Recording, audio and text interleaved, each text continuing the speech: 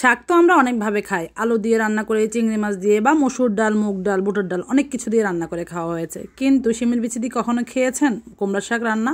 আমি তো কখনো খাইনি। আজকে প্রথমবারের মতো আমি শিমের বিচি দিয়ে মিষ্টি কুমড়া শাক রান্না করব। তো রান্নার জন্য সব কিছু প্রস্তুত করে নিয়েছি, এখন রান্নাটা বসিয়ে দিচ্ছি। প্রথমে তেল গরম করে বেশ খানিকটা রসুন কুচি দিয়েছি, তারপরে দিয়েছি পেঁয়াজ কুচি। এখন পেঁয়াজ আর রসুন কুচিটা একটু হালকা করে ভেজে নেব। তারপরে দিয়ে দিচ্ছি আমি একটা টমেটো। যেহেতু আমরা শিমের বিচি রান্না করছি তাই টমেটোটা দিচ্ছি, শুধু শাক হলে কিন্তু টমেটোটা দিতাম না। তারপরে দিয়েছি বেশ খানিকটা চিংড়ি মাছ, যদিও ছোট ছোট চিংড়ি, তবে শাক রান্নার জন্য ছোট ছোট চিংড়িটাই বেশি ভালো হয়। তো ছোট চিংড়িগুলো দিয়ে এখন আমি খুব ভালো করে চিংড়ি সহ এগুলো ভেজে নেব। শিমের বিচুলি ছিল পরিমাণে অল্প, অন্য কোনো কিছুর সাথে রান্না করলে সবাইকে হবে না। আবার শাক রান্না করব, সেই জন্য আবার ডাল ভেজাতে হবে। ভাবলাম যে শিমের বিচি আর শাকটা একসাথে রান্না করে ফেলি, একটা নতুন কিছু ট্রাই করা হলো, সেই সাথে আপনাদের সাথেও শেয়ার করা যাবে। পেঁয়াজ টমেটো মোটামুটি একটু সিদ্ধ হয়ে যাওয়ার পর আমি শুকনা গুঁড়া মশলাগুলো দিয়ে দিয়েছি। শাকের সাথে কিন্তু আমি লাল মরিচের গুঁড়া একদমই খাই না, কিন্তু আজকে যে শিমের বিচি দিব এজন্য হাফ চামচের মতো লাল মরিচের গুঁড়া, পরিমাণ মতো হলুদের গুঁড়া আর সামান্য জিরা ধনিয়ার গুঁড়া দিয়ে নিয়েছি। বেশিরভাগ সময় আমি শাক রান্না করি তেল ছাড়া, মশলা ছাড়া, শুধুমাত্র কাঁচা মশলাগুলো আর ঝালের জন্য কাঁচামরিচ এই দিয়ে রান্না করে ফেলি। ওটা খেতে অনেক মজা লাগে। কিন্তু যেহেতু শিমের বিচি তো আর তেল ছাড়া মশলা ছাড়া রান্না করা যাবে না, সেজন্য আমি সব মশলা দিয়ে পরিমাণ মতো পানি দিয়ে একটু ফুটিয়ে নিয়েছি। তারপরে আমি ওই যে ধুয়ে পরিষ্কার করে রাখা শিমের বিচিগুলো দিয়ে দিয়েছি। এই জিনিসটা আমার খুবই পছন্দের, কিন্তু খাওয়ার মধ্যে রেস্ট্রিকশন আছে, তাই চাইলেও বেশি খাওয়া যায় না। তো অল্প অল্পই আমি রান্না করি যেন বেশি খাওয়া না হয়, কারণ বেশি রান্না করলে দেখা যাবে বেশি খাওয়া হয়ে যাবে। এখানে হয়তো 250 গ্রামের মতো শিমের বিচি ছিল। তো শিমের বিচিগুলো আমি ভালো করে কষিয়ে নিচ্ছি। তারপরে দিয়েছি 3-4টা কাঁচামরিচ ফালি।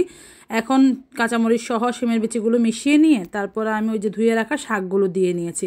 কুমড়া শাকগুলো আগে কেটে ধুয়ে পরিষ্কার করে রেখেছি। আর কুমড়া শাক আমি খুব কুচি কুচি করে কাটি, কারণ এই শাকটা সহজে সিদ্ধ হতে চায় না। আবার এই শাকটা দেখা যায় যে রান্না করলেও কমে না। পালং শাক আপনি এক হাঁড়ি ভর্তি রান্না করেন, দেখবেন যে পাতিলের তলায় পড়ে গিয়েছে। তো সেই সময় দেখা যায় লবণের পরিমাণটা কম করে দিতে হয়, নয়তো লবণ বেশি হয়ে যায়, খাওয়া যায় না। কিন্তু কুমড়া শাকের একটা সুবিধা বলে না, অসুবিধা বলে, রান্না করলে খুব একটা কমে না। তো এগুলো পরিমাণ মতো সব মশলা দিয়ে ভালো করে কষিয়ে তারপর রান্না করলে অনেক বেশি মজা হয়।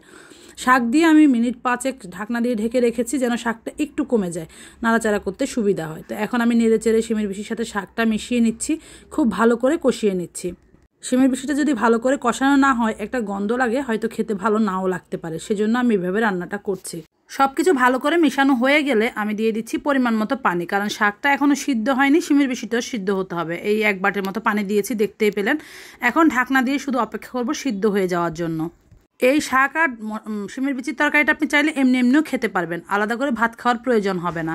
আবার চাইলে ভাতের সাথে তো অবশ্যই খেতে পারবেন, ভাত দিয়ে খেতে তো অনেক বেশি মজা লাগবে। যারা এমনি এমনি শাক খেতে পারেন না তারা এভাবে একবার রান্না করে দেখবেন, সাথে শিমের বিচি থাকাতে এটা টেস্টটা একদম অন্যরকম এসেছে। লবণটা চেক করে নিলাম, রান্না প্রায় আমার শেষ। লবণ একটু কম ছিল তাই একটু লবণ দিয়ে নিয়েছি। লবণ কম হলে সমস্যা নেই, কিন্তু বেশি হয়ে গেলে সেটা আর খাওয়া যায় না। কম হলে তো চেক করে আবার দেওয়া যায়। এখন একটু সাদা সাদা লাগছে, কারণ শাকে যখন ঝোল দেই তখন কালারটা একটু হালকা হয়ে যায়। আর মশলাটা কিন্তু আমি তুলনামূলক কমই দিয়েছি।